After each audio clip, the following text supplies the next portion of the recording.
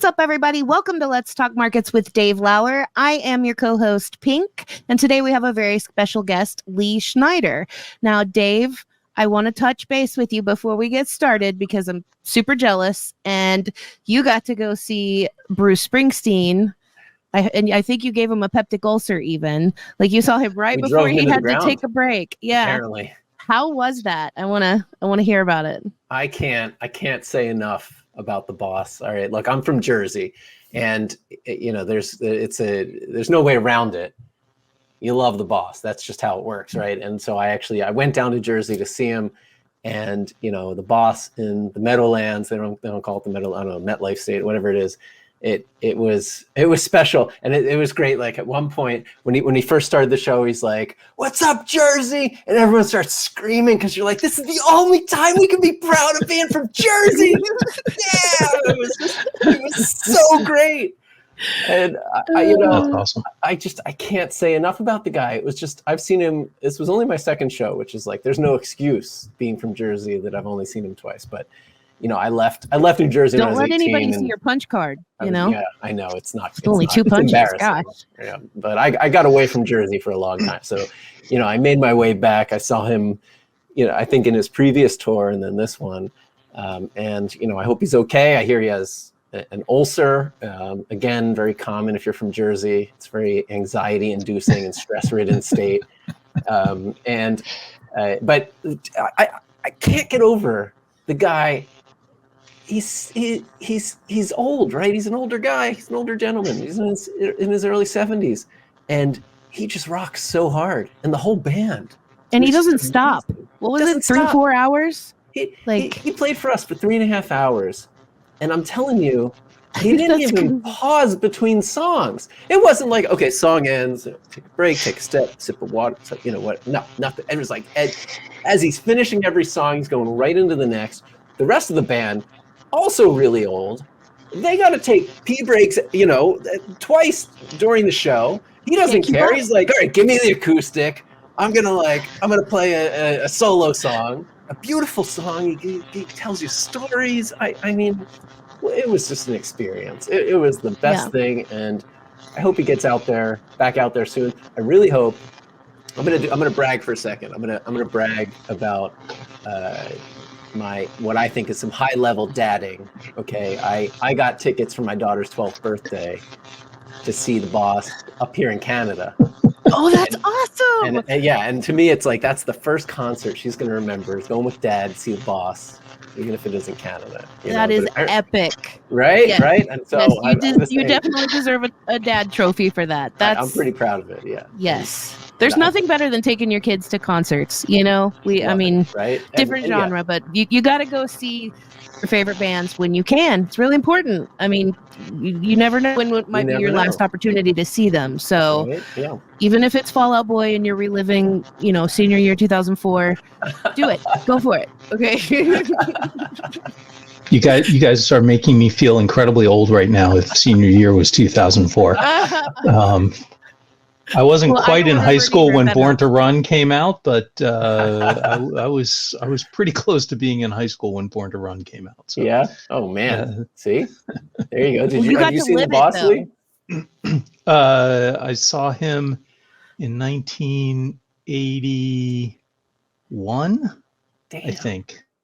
That's awesome. That's crazy. Yeah. These performances can span generations. You know, like that's and he played a 4-hour show, and they didn't take any breaks, and it was amazing then. It was a big deal when that, I'm going to say old words, double album of his concert came out, double CD of his live concert came out. It was a big deal for everybody who'd been to see him live because he was known for giving such great shows.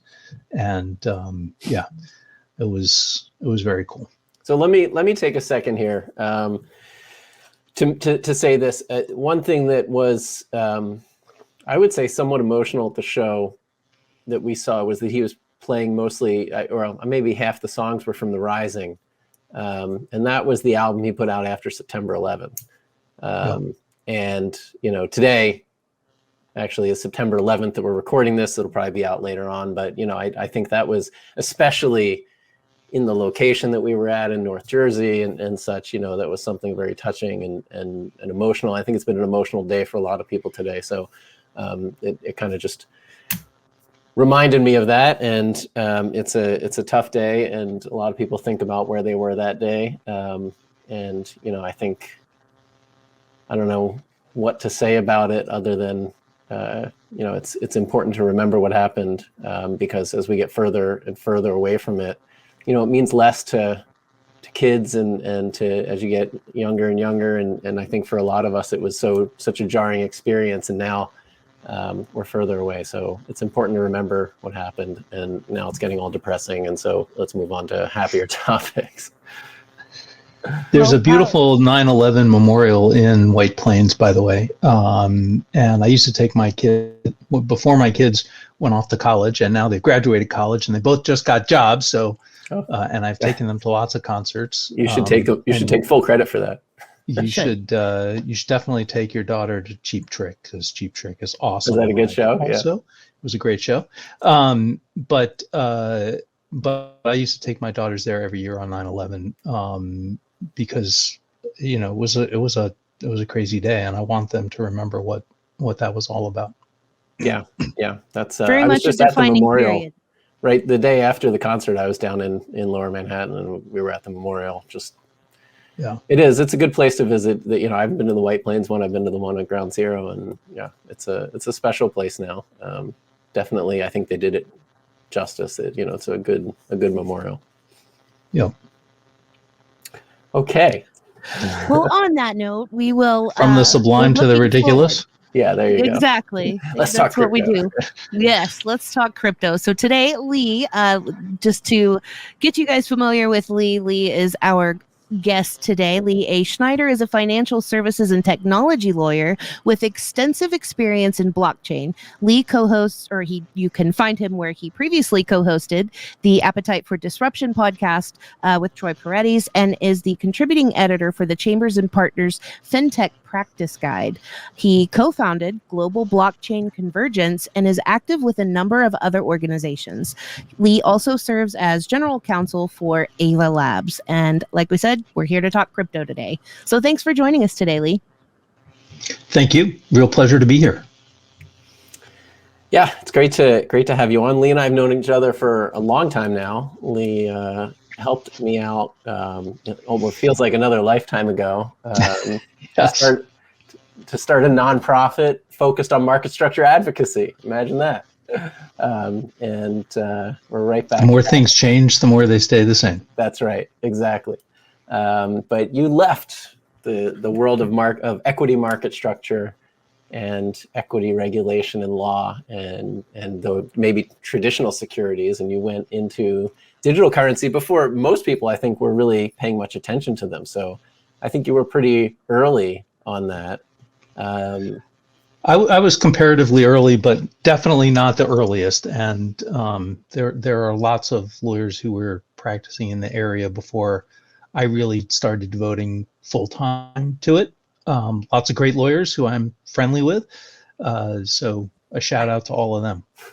Okay, so now you're at Ava Labs, and the Avalanche is one of the cryptocurrencies that I think very highly of. In fact, I think more highly of it than, let's say, anything else other than maybe Bitcoin or Ethereum. I think it's got the better technology stack out there, better features, but I think it'd be great if you could give a quick intro. What is Avalanche? What do you do there? And how does it fit into the broader crypto ecosystem?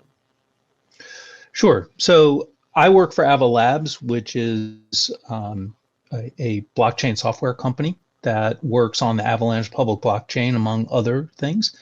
The Avalanche public blockchain is a blockchain ecosystem. It's a layer one, just like Ethereum or Bitcoin or Solana or Cosmos, et cetera, et cetera.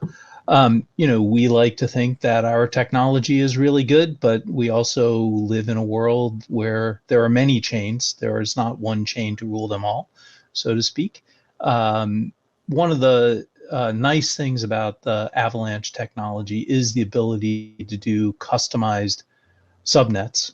We call them subnets. They're really separate blockchains.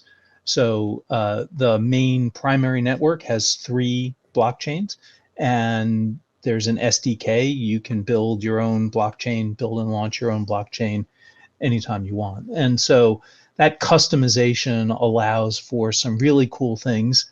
If you want to have a super compliant blockchain that takes account of the laws and rules in your jurisdiction, you can do that.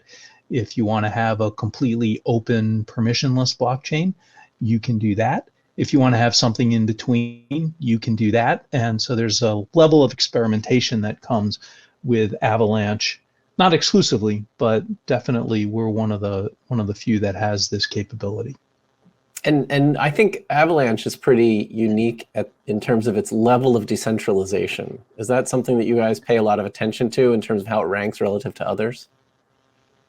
It's something that I pay a lot of attention to, primarily because there are some people who don't believe that decentralization is a real thing, and it's interesting. There's been a number of papers and reports from government and intergovernmental agencies over the last couple of years suggesting that decentralization is not a real thing, that it's an illusion. The most interesting thing about it is they never define what they mean by decentralization. So of course, it's easy to say that something doesn't exist when you don't define it. But to me, this question of decentralization is part of the reason that I got interested in blockchain in the first place and really decided to pursue it as my as the main focus of my legal practice. I really like this idea of having decentralized systems. And in particular, the internet was already a decentralized system. Now what we have is decentralized databases that build on top of the internet, which to me is a really cool thing. It's really pushing the internet to its next phase and making the internet a better, safer, more user-friendly place. So I think decentralization is very cool. The consensus mechanism for Avalanche, called Avalanche Consensus, does support a great degree of decentralization. And so from my perspective, that's another attractive feature about being in the Avalanche ecosystem. Yeah, I totally agree with you. I mean, I think that even technology aside, I think the decentralized mindset that crypto has brought is incredibly powerful, and it has changed, I think, the way people think about a lot of different things. But the technology to enable that, I think, is it. I remember when I actually saw Emin's talk about the Avalanche consensus mechanism, and it just blew my mind. Like that was my introduction to Avalanche, and I was like, this is something really, really impressive and unique in the space. And so, I think that you guys are right to sort of hang your hat on that, and to push back. But I think that there are probably a lot of times where policymakers or regulators are correct, that things that are, just because you call something decentralized doesn't make it that. Yeah, that's right. Right, and you find very concentrated chains across crypto that really, I think it's tough to. I think it stretches credulity to say that they're decentralized, but that is one thing that Avalanche absolutely is, and that does, I think, play a role in as sort of an underlying theme for some of the conversation we're about to have. But let's start with. Sorry, Dave. I just want to add 2 notes to what you just said. Look, I think decentralization is important, and it solves some real computer science problems, right? Leaving aside everything else, creating Byzantine fault-tolerant systems solves some real computer science problems. That said, you don't need every system to be decentralized. And so there are good arguments to have centralized systems in certain circumstances. And the flexibility of Avalanche subnets, allowing everything from fully decentralized to fully centralized systems, is another selling point. So I don't want people to walk away from this conversation to think, oh, Schneider thinks decentralization is the only way. That's not the case. I've actually been an advocate for both centralized and decentralized blockchains for in different circumstances for different reasons. And again, it's this ability to customize things that to me is important. All that said, absolutely. Yeah. I mean, if you look at like I see the some arguments ANGATs, for decentralization, right? I mean, it solves real computer science problems. yeah, even something that is not very decentralized can be very powerful, right? Like, if you Yes. have a bunch of banks getting together to build a, permissioned blockchain, but one in which there is a consensus mechanism, I think that's a really, there are very interesting applications to blockchain technology, right? That go beyond maybe financialization, which is most of what we have seen so far. I don't know. Do you consider NFT collectibles financialization? I mean, like I look at CryptoKitties, I'm not seeing much financialization there. No, although how popular are NFTs now that we are out of the NFT bubble? Oh, well, I mean, look, all of these things go in phases, right? I remember when I was a kid growing up, the pet rock came out and people went and bought pet rocks, and my dad told me, go in the backyard and find a rock and make it your pet rock. I'm not going to spend, $10 on that stupid thing. But and now you can NFT that rock. like an NFT that, yeah. So look, if there is one big thing that blockchain has made me reevaluate, it's how people ascribe value to things. And things that I find valuable, other people don't, and things that other people find valuable, I don't necessarily find valuable. And so value is perhaps like beauty in the eye of the beholder. I mean, look, I've got a weird NFT collection across Ethereum and Avalanche, and I'm not arguing that it's got like it was I got caught up in the speculation too, and you think maybe it was a fun thing, cool, and here's some things that might have value, and what are you going to do? You get some NFTs out of it, and most of them are worthless, but actually some of them are pretty cool, and some people have sent me some very cool NFTs over the years that I very much appreciate. Yeah, I mean, look, if you're in the NFT world to make money, more power to you. If you're in the NFT world to have some cool stuff, more power to you. I know lots of sneakerheads who, no matter how much you would pay them for some of their sneakers, they would not part with them. So like I said, value is in the eye of the beholder, and having that pair of sneakers or having that CryptoKitty or CryptoPunk or well, you might appreciate this, Lee. We did a petition when we started our advocacy efforts with We the Investors. We put a petition together to Gary Gensler, and we got almost 72,000 signatures on it, and that got us a meeting with the chair. It got us a pretty good seat at the table as these equity market structure reforms are all being considered. And to thank everyone that signed it, we issued an NFT. Not as something with value, just as a commemorative thing, right? Like you were here, you were part of this, and we ended up minting something like 40,000 NFTs, and it was awesome. Yeah, and that kind of stuff is great. And I know I've sent us off on a complete tangent here, Dave, and I apologize for that. But I told you, one of the big use cases that I like for NFTs is concert tickets. Speaking of your Bruce Springsteen experience, right? Like that's a great way. When I was a kid, wasn't quite before computers, but let's just say it was before computers. Right. Well, I would go to a concert and I would save the ticket stub from the concert.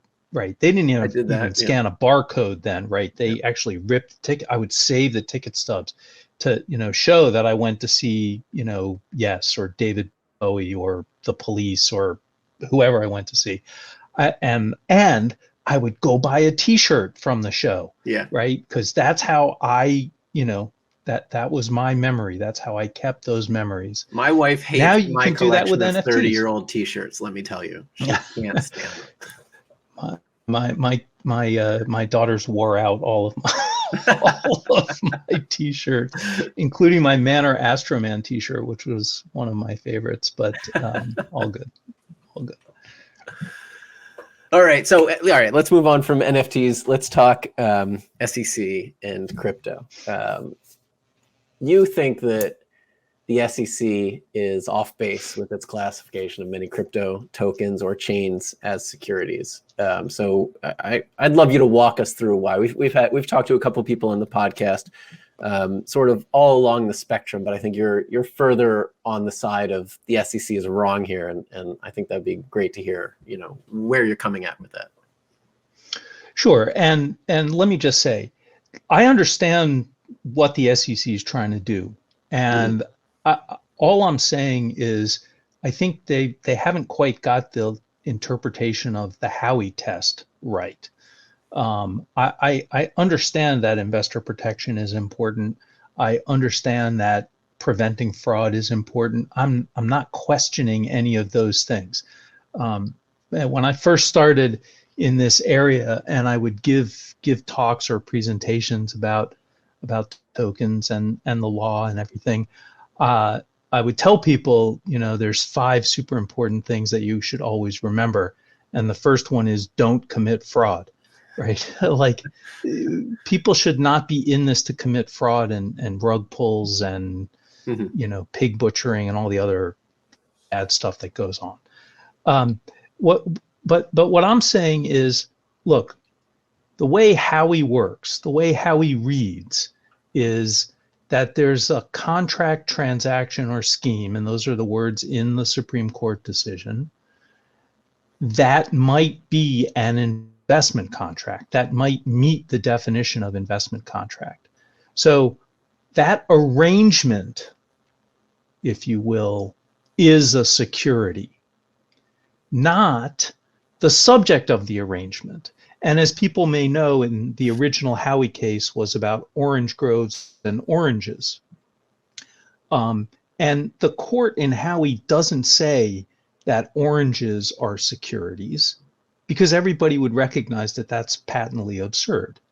What they say is there's an investment contract related to oranges and orange groves. And a few courts have actually recognized this. I've been pushing the meme "oranges are not securities" for a while. I think I'm the only person who pushes that meme, but we'll help boost whatever. That signal. Don't worry. it's I'm happy to have my own meme that nobody else pays attention to. But right, even in the most recent decision, Judge Rakoff said, this is in the Terraform decision, Judge Rakoff said that orange groves are not securities, and that's 100% right. There can, however, be an investment contract about oranges and orange groves, just like there can be an investment contract about securities. And so my point is the SEC just needs to sharpen up the way they talk about this so that everybody is looking at it through the same lens. And saying that the sale of tokens constitutes an investment contract, that might be right, but it's leading to a lot of confusion from people that the tokens, that the SEC views that the tokens themselves are securities.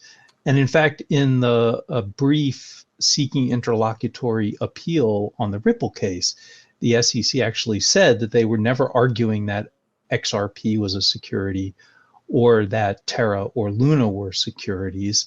They were arguing that there were investment contracts related to those tokens. If that's really the direction of travel for the SEC, I heartily applaud that, because that, I think, is the correct interpretation of Howey. So do you think that, all right, let's look at XRP for a second here, because I think it's a good example of what I think. I mean, first of all, the decision struck me at least as very odd, and I think Judge Rakoff acknowledged that in his subsequent decision. So now, to me, it's not clear what the precedent is because both of these decisions came in the Southern District. But the idea that a token sale can be an investment contract makes total sense to me. But then the thing that was the subject of that investment contract when it's traded on a secondary market can suddenly not be a security. I find that to be quite confusing, and I especially find it to be a little backwards because it seems like, and not intentionally, I don't think, but it seems like the SEC is put in the position where the securities laws will therefore protect the institutional investors, the sophisticated ones participating in this initial offering, but now the retail investor, the individual investor who's trading on the secondary market suddenly doesn't get the protection of securities laws. Isn't that a big problem? So a couple things here. First of all, it should not be surprising to you that a secondary market sale of a token that was the subject of an investment contract is not itself a security, any more than when you go to a grocery store to buy oranges. Those are not securities, right? The subject of the investment contract is not the security. It's the contract, transaction, or scheme. It's the arrangement, the particular arrangement that is the security. But when the orange was sold to the grocer in this example, the orange wasn't a security. Like that arrangement wasn't a security either, right? And the orange wasn't being sold with the presumption that the value of it is going to increase based on the farmer's efforts. Right? Are you sure? I mean. Look, I don't want to just fence with you on this, right? Okay, but sure. Look, there are plenty of situations where consumers differentiate between the quality of the fruit or the type of the fruit that is sold, and some of that fruit may have more or less value given a variety of market conditions, right? Yeah, so, of course. No, I totally agree with that. Sure, but I don't know that applies in this. I think it's.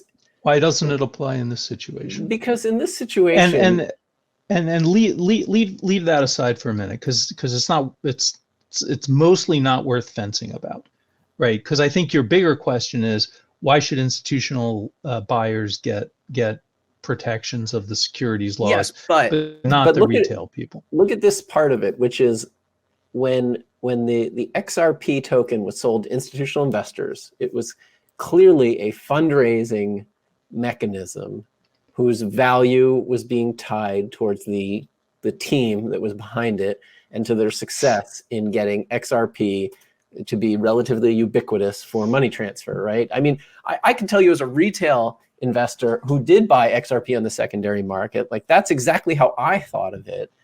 And I thought I was buying something, and I'm not a good example maybe, but I thought I was buying something whose value was going to go up as XRP proliferated and became the standard for money transfer potentially, right? So all the information from the initial institutional offering was out there for individual investors as well. And, a lot of it was being sold to people in the same way, I thought.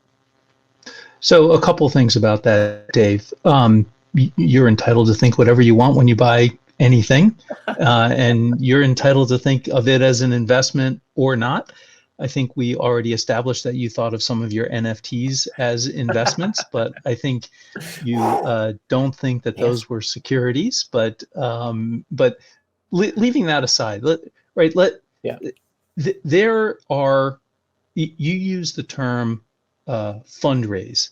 And I don't want to talk about the particular facts of XRP and Ripple because I'm just not that familiar with them, right? When I read the judge's opinion, I paid no attention to the fact, and I went straight to what the ruling was and try to understand the basis for the ruling, which had some factual context, but not exclusively. It was mostly as a matter of law of the interpretation there, right?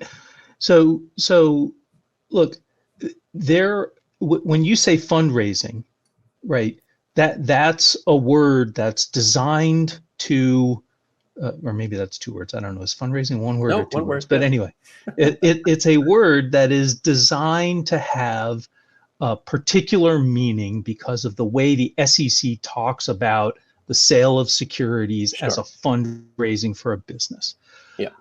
I don't accept the word fundraising in the context of tokens, right? There are lots of things that a company can sell before it's produced them Yeah. and get the revenue in hand before it delivers them. Absolutely. I mean, That look, I can tell that you, we went through as a company this exact decision because but forget about it. Forget about it from the company standpoint, because your example is the retail investor standpoint, right? So correct. every time I go shop on Amazon or any other online store, I am paying them before I get the goods. Sure, but but I think what you're talking about is like Kickstarter versus crowdfunding, which is what, again, that's the decision we went through. You can go on, you can start a Kickstarter, right? I did this. I got my 3D printer through a Kickstarter, which involved funding a company to, pre-funding it, and it was not even certain I would ever get that 3D printer.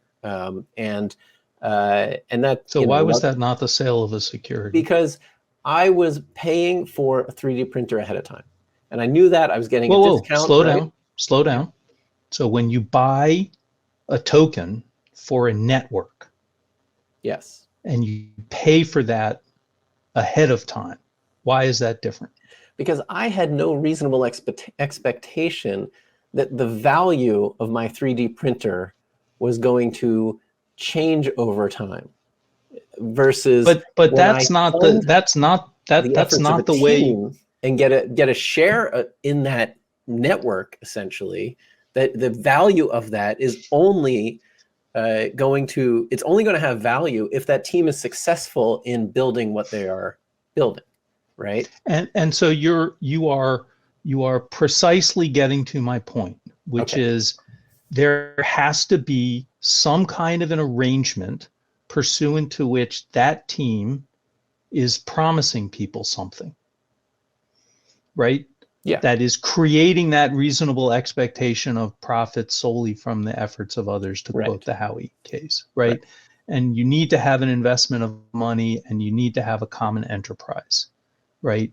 And so again, I am not saying that that no investment contract exists. What I am saying is that the token is not the investment contract. The orange is not the investment contract. The NFT is not the investment contract. The 3D printer is not the investment contract, et cetera, et cetera.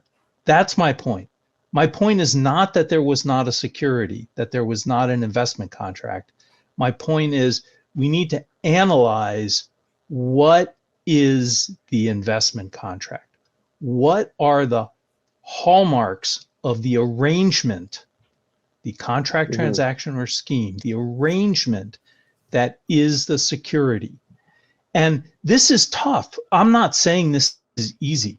I don't mean to present this as boom, easy, no big Right. considerations here, right? This is tough. This is hard work. It's different than stock in a company. It's different than bonds issued by a company.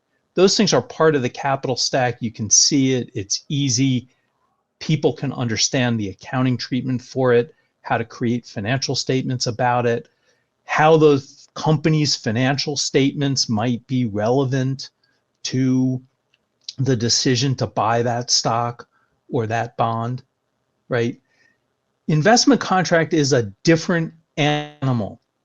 And the refusal to recognize that investment contract as a different animal is, to my mind, causing all of the confusion here, and the refusal to dig down and do the hard work, which, by the way, is what I learned how to do in law school, which lawyers, that's what we learn how to do in law school. Mm-hmm. That we learn how to do this analysis and we learn how to pull these threads apart and say, okay, we have a security here, we have an investment contract here.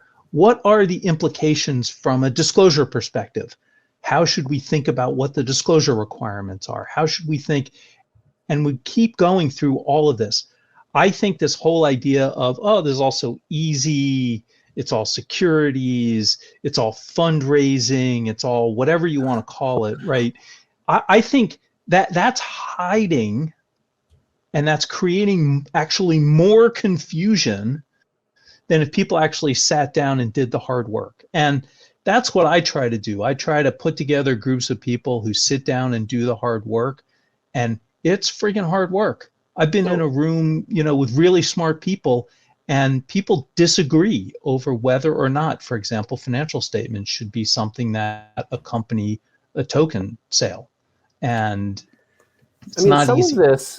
Some of this to me feels, I don't want to say semantic, but okay, if the token is not a security, what you're saying is you have to evaluate sort of the sum total of the relationship, the sum total of anything that's being offered and any type of connectivity between somebody who is holding a token and the blockchain and the organization behind it and all of this. And so, each situation in that case is going to be a completely new thing, a completely different, is that what you're saying? That every single cryptocurrency has to be evaluated completely on its own according to, is there another test you're proposing, or is there a way to extend Howey to this? I mean, how do you see it?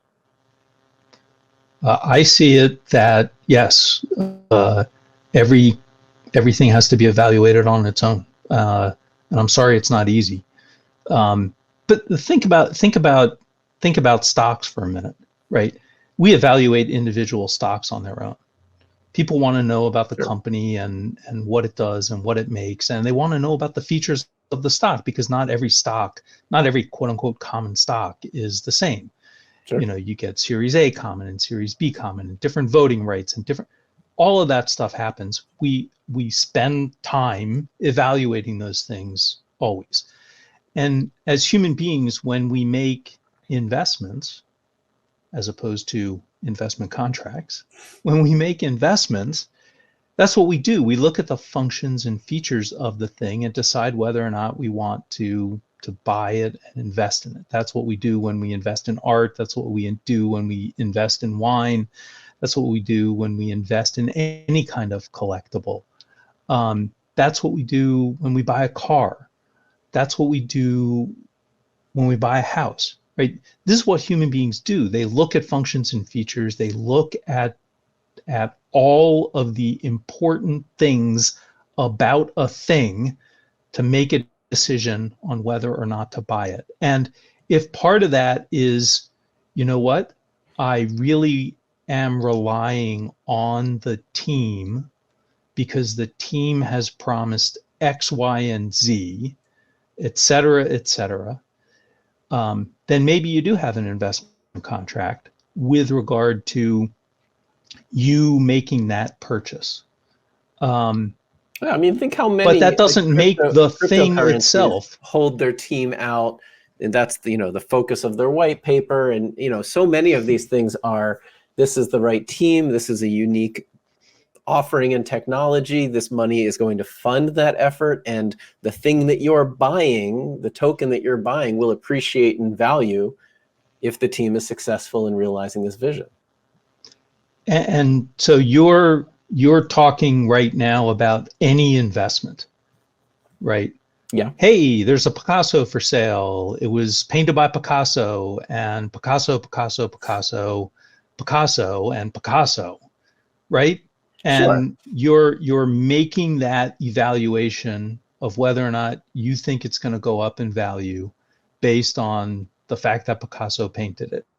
And by the way, if there's some interesting, cool story about why he painted it, and right, all of that goes into the value and valuation of the Picasso.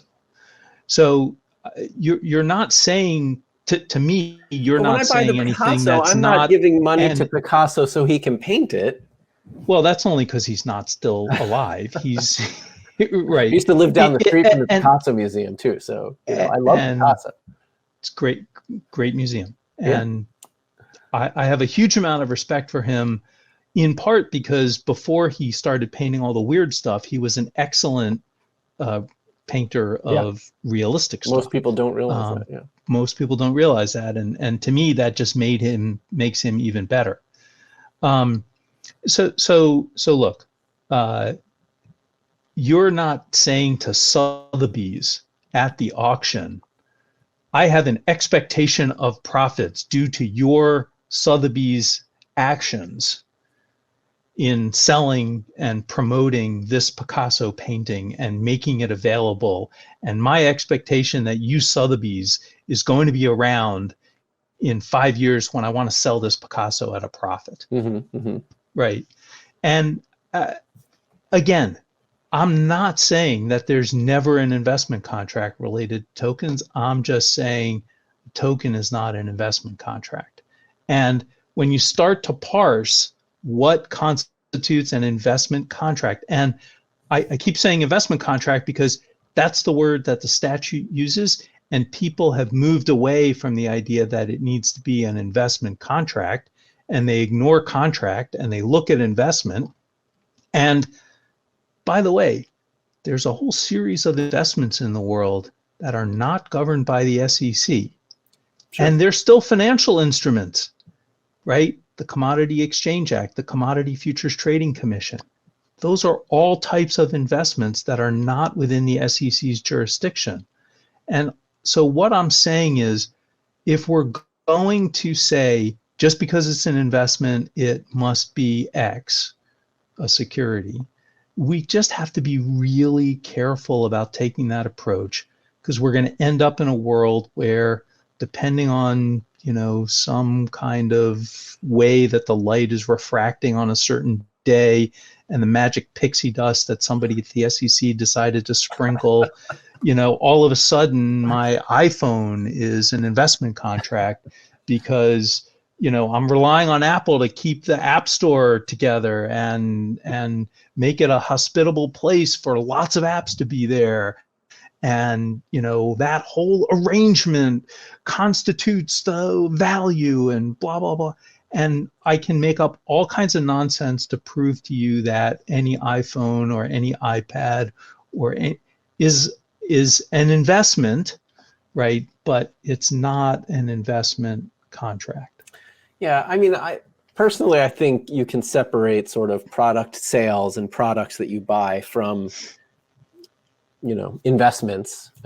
Maybe, look, I understand where you better be able to, otherwise the world is going to be an awfully it'll get real weird real quick. But and look, to be fair, there's a good case to be made that the SEC and CFTC are only separate because of campaign finance and corruption. With the Ag Committee and I will definitely not speculate on that point, but I know you won't. You go ahead. Yeah, it's stupid. It's stupid and ridiculous that these are separate agencies.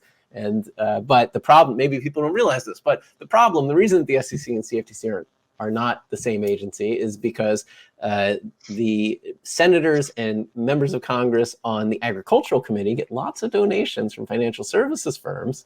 And the senators and members of Congress on the Financial Services Banking Committee get lots of contributions from financial services firms, and they like it that way. And so Ag has oversight over CFTC, and banking and finance have oversight over the SEC. So I think that's dumb, and they should just be merged. But that won't happen because of politics. But let's just go. But we are dealing with two different types of investments. Fair. Let's go down this path for a second. So let's say in an ideal world, we have seen a lot of people lose a lot of money from fraud, and don't commit fraud. And it is right. It is rampant in the blockchain space, and it is rampant in other spaces. But blockchain is the one where well, that's what we're here to talk about. That's where you work. That's what I think very highly of the industry, but what do you think is the best way to regulate cryptocurrencies then? And how do we protect investors from fraud in this space? Yeah, so you said the word cryptocurrencies, which I like, and I just want to make sure we focus on the word cryptocurrencies, right? So we're talking about things like Bitcoin and Ether and Sol and AVAX, right? We're not talking about tokenized assets, which are different things, right? Okay, Where sure. we take an asset and tokenize it on a blockchain, and so, sort of a traditional asset that gets tokenized. Tokenization of a traditional asset doesn't change the nature of that asset, just a different way to represent it. We could represent it on a piece of paper, we could represent it on a spreadsheet, we can represent it however we choose to represent it on a blockchain, which is different, right? How should we regulate cryptocurrencies? I wrote my sensible token classification paper about 2.5 years ago with some help from a lot of friends. The basic idea there was that there is something new going on here, and that is what I called native DLT tokens. I don't pretend that that's the only way to refer to them, but I think they're popularly called cryptocurrencies right now. And my view in that paper was, look, maybe there is something really new here, something that's different, that is outside of the categories that we have traditionally had, and we need to come up with a new way to regulate that. So I actually spend time on Capitol Hill, and that's what I advocate for. I advocate for coming up with a new kind of regulation. I don't want to re-regulate things just because we put them on blockchain, but if we've got something new, and I do think there is something new happening here, that it needs different regulation. Whether that regulation is at the SEC or the CFTC, I don't express an opinion. Frankly, it could be at the FTC, or it could be at a banking regulator, or it could be wherever people want to put it. I don't really have a view on that. But what I do have a view on is getting a good definition of what we're talking about. And I think I have a good definition of what we're talking about in the sensible token classification paper that I did. And then figuring out what regulation makes sense. And there, as I said earlier, there are tough questions to answer here, right? Like when you think about buying a token and you think about relying on the team to make the network better or to deliver results or whatever you think about the team doing, does that mean that you want the financial statements of the company that's doing that? Right. Is that going to be just misleading? Is it going to make you think that you have some claim on the assets of the company the way that you do with a stock? And there could be good reasons why you want it. I'm not saying you shouldn't have them. I'm just saying it takes more than 2 seconds of thought as to what kinds of disclosure standards you want to have here and under what circumstances, because there's a lot of new and interesting things happening. And again, this is the hard work that people need to be doing that in my experience at least, is not getting done nearly enough. But it does sound to me like you're basically making the case for securities laws, right? I mean, you're saying if we want to regulate these things, even though they're new, and we need to figure out how, most of that involves defining, classifying them, assigning that responsibility to an enforcement authority, establishing where it makes sense, disclosure standards. I mean, you're describing the you only say you only say that it's securities laws because that's where you've spent most of your career, Dave. Sure. Yeah. So like I think you would find it absurd if CryptoKitties and CryptoPunks were subject to the securities laws. Yeah, I agree with that. Right. And so okay, those are not quote unquote cryptocurrencies, but they may be they may be native DLT tokens depending on where you come out on that definition. But it does require some thinking about what kind of regulatory scheme you want. And I think one of the things that leads to further confusion here is that these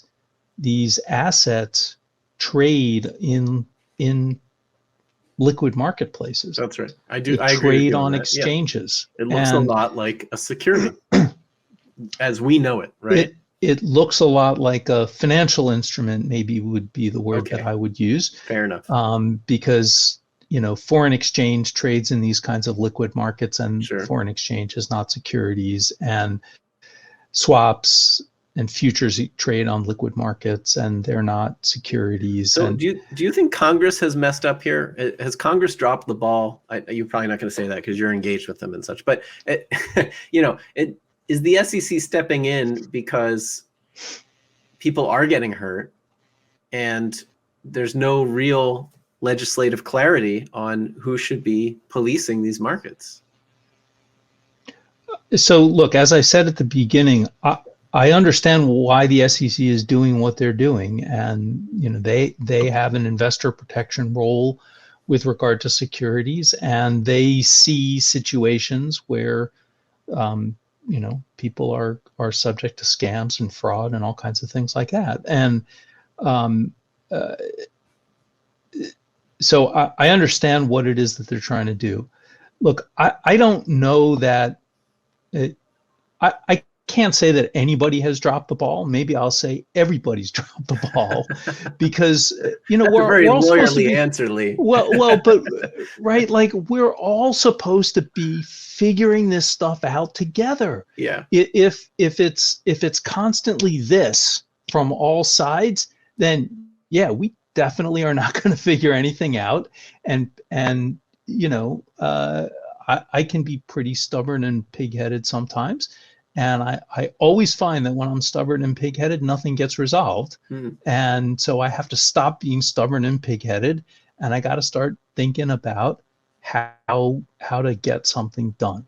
And so, look, we all need to get together and figure some stuff out. So I don't think any one group is responsible. I think we're all responsible. And by the way, we should all pick up that mantle and assume that responsibility. Mm-hmm. Okay, I think that's a fair point. And I think unless you have anything else you wanted to cover, I think we can close it there. I think that's a good way to close it. I like doling out responsibility and then running away. Perfect party guest. Eat and run. Yes, exactly. Well, anyway, Lee, thanks for. I'll help wash the dishes. I always help wash the dishes. You know what? That's a really unique party guest, I gotta say, and one that I appreciate more than you can know. But thanks, Lee, for joining us. I hope as we confront this question more and more, and there are more and more cases that come out that confuse us, you'll be back to help us think about these things in a meticulous way. I think it's very important the way you look at it, and and we'll also link to your Al Explains efforts, which are, I think, a great way to try and distill some of this information down. Cool. No, this was great. I really enjoyed the conversation, Dave, and we started with Bruce Springsteen and we ended with everybody in the world has responsibility. So I think we pretty much covered the waterfront today. I think we did. So next week, actually, we're going to, I think what we're going to have, we're going to continue to talk crypto next week with Aaron Kaplan from Prometheum. They've done some interesting stuff in getting their regulated venue approved and operating. So we're going to get a taste of the regulated space. And then after that, I'm actually excited because we're going to start this monthly themed episode now where we're actually going to talk markets here on Let's Talk Markets, which, we've been talking market structure up until now, but we're going to start to get into actual markets in the near future. So that's going to be some groundbreaking podcasting happening here at Let's Talk Markets. I hope you'll join us for that. And as always, hit that like and subscribe button. Lee, thanks for joining us. And my pleasure. Thank you. Thank you for listening, and join us next week.